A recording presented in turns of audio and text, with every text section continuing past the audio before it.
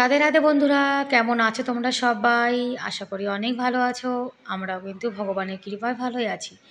আবার নতুন আরও একটি ব্লগে তোমাদের সবাইকে জানাই অনেক ভালোবাসা, অনেক স্বাগত। প্লিজ বন্ধুরা, আজকের ভিডিওটি স্কিপ না করে পুরো ফুল দেখো। আশা করি তোমাদের আজকের ভিডিওটি ভালো লাগবে। সকালে উঠেই কিন্তু এই যে আশিবাসি কাজ করা শুরু করে দিয়েছি। তো অনেক দিন হয়ে গেছে তোমাদের সঙ্গে না বাসি কাজটা একদমই শেয়ার করা হয়নি। আর প্রতিদিন যখন ঘুম থেকে উঠি তখন ফোনে না চার্জ থাকে না, যার জন্য ফোনটা চার্জে লাগানো লাগে।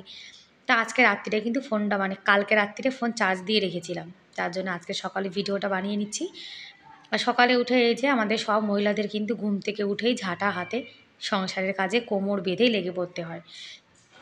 আর প্রতিদিন ঝাঁট দেওয়ার সময় আমরা যেটুকু হাতে পাই সেটুকু যদি একটু ঝাঁটা দিয়ে মানে ঝাঁট দিয়ে ফেলি, তাহলে কিন্তু ঘরের মধ্যে অনেক ঝুল কম হয়।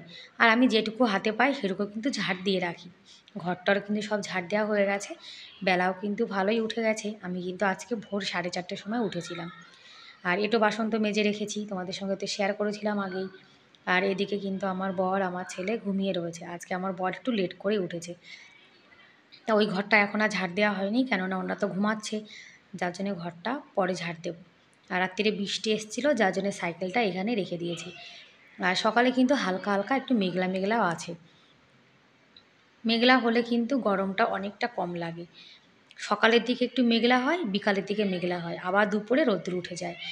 রাস্তাও কিন্তু আমি অনেক সকালে ঝাড় দিয়েছিলাম, তখন না বাইরেটা অন্ধকার ছিল, যার জন্যে ভিডিও বানানো হয়নি। ওই যে এক কোণাতে নিম গাছের পাতাগুলো রেখে দিয়েছি, নিম পাতাগুলো পরে যখন ময়লা ফেলতে যাব তখন নিয়ে যাব।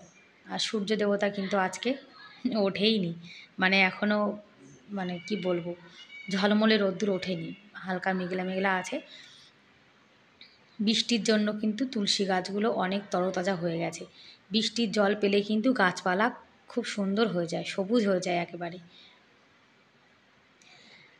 তারপরে কিন্তু ফ্রেশ হয়ে স্নান করে চলে এসেছি। এই যে শিবজির মাথায় জল ঢালছি, কিন্তু ক্যামেরাটা পেছন দিকে রেখেছিলাম, যার জন্যে ভালো না বোঝা যাচ্ছে না।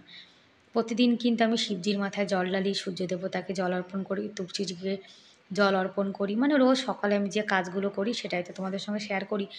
আর প্রতিদিন সকালবেলার টাইমটা কিন্তু একটু ব্যস্ত বেশি থাকি। আর তুলসী গাছগুলো কত সুন্দর হয়েছে। বাড়িতে গোপাল সোনা থাকলে কিন্তু তুলসী গাছকে অনেক যত্ন করে রাখতে হয়। আর আমাদের তো গোপাল সোনাকে 3 টাইম সেবা দিতে হয়, যার জন্য আমাদের তুলসী পাতার কিন্তু ভীষণ দরকার। আর তুলসী গাছে যখন কচি পাতা আসে, ময়ূরে কিন্তু সব গাছের মাথা পাতাগুলো খেয়ে চলে যায়। কচি কচি যে পাতা, ওরা কিন্তু বেছে বেছে সেগুলোই খায়। তারপরে চলে এসেছি, এই যে ভগবানকে প্রণাম করে দিনে শুরু করব। আর আমি কিন্তু প্রতিদিন স্নান করে এসে ভগবানকে প্রণাম করি। আর আমাদের গীতাজি রয়েছে, গীতাজিকে প্রণাম করি, এটা আমাদের প্রতিদিন সকালের কাজ। আজকে রান্না করছি আলু ভাজা, আমার ছেলের ফেভারিট। ওর আবার আলু ভাজা না হলে না একদম ভালো লাগে না, যার জন্য আলু ভাজা। আর ভাতটাও কিন্তু আমি হিটারে করে নিয়েছিলাম। হিটারে ভাত হয়ে যাওয়ার পরে তারপরে কিন্তু হিটারে আলু ভাজাটা বসিয়ে দিয়েছি। আর এদিকে ইন্ডাকশানে উচ্ছে আলু ঝোলটা বসিয়েছি। আর ইঁচড়টা কিন্তু আমি অনেক আগেই করে নিয়েছি, এই যে ইঁচড় আলুর ঝোল করেছি। আদা জিরে শুকনো লঙ্কা বাটা দিয়ে নামানোর আগে একটু ভাজা গরম মশলা দিয়ে দিয়েছি, গুঁড়ো করে রেখেছিলাম বাড়িতে সেটা। তারপরে আমার গোপাল সোনাকে এই যে এখন স্নান করানো হচ্ছে। গোপাল সোনাকে সকালবেলায় ঘুম থেকে উঠে একটুখানি জল খাইয়ে আধা ঘন্টা বসিয়ে রেখে তারপরে কিন্তু স্নান করানো হচ্ছে। একদম ঘুম থেকে তুলে কিন্তু গোপাল সোনাকে একদমই স্নান করানো উচিত না, কেননা ঘুম থেকে ওঠার পরে সবারই কিন্তু একটু ঘুম ঘুম ভাব থাকে, তখন স্নান করতে কিন্তু একদমই ভালো লাগে না। গোপাল সোনার স্নানের জলটা কিন্তু এখন চরণামৃত হয়ে গেছে, ওটা একটু খেতে হয় আর তুলসী গাছে দিয়ে দিতে হয়।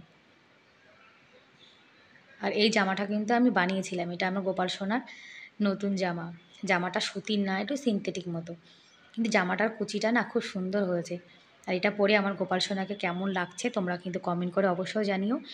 আর আমার গোপাল সোনা কেমন লাগলো কমেন্ট করে কিন্তু জানাতে ভুলো না। ভালো লাগলে প্লিজ লাইক করে দিও, একটা রাধে রাধে লিখো। আমার গোপাল সোনা রেডি হয়ে গেছে, এখন গোপাল সোনা আয়না দেখছে।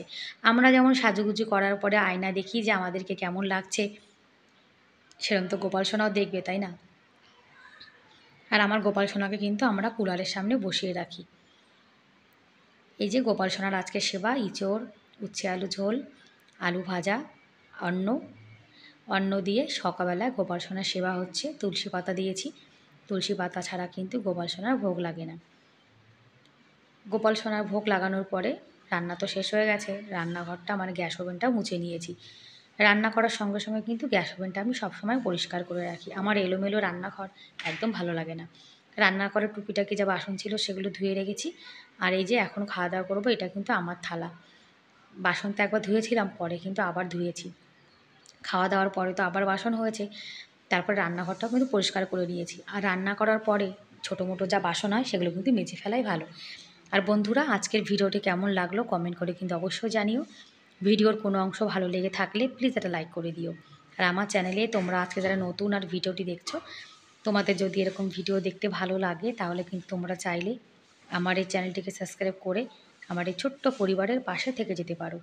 এই কাজটি যারা অলরেডি করে দিয়েছো তাদেরকে অসংখ্য ধন্যবাদ।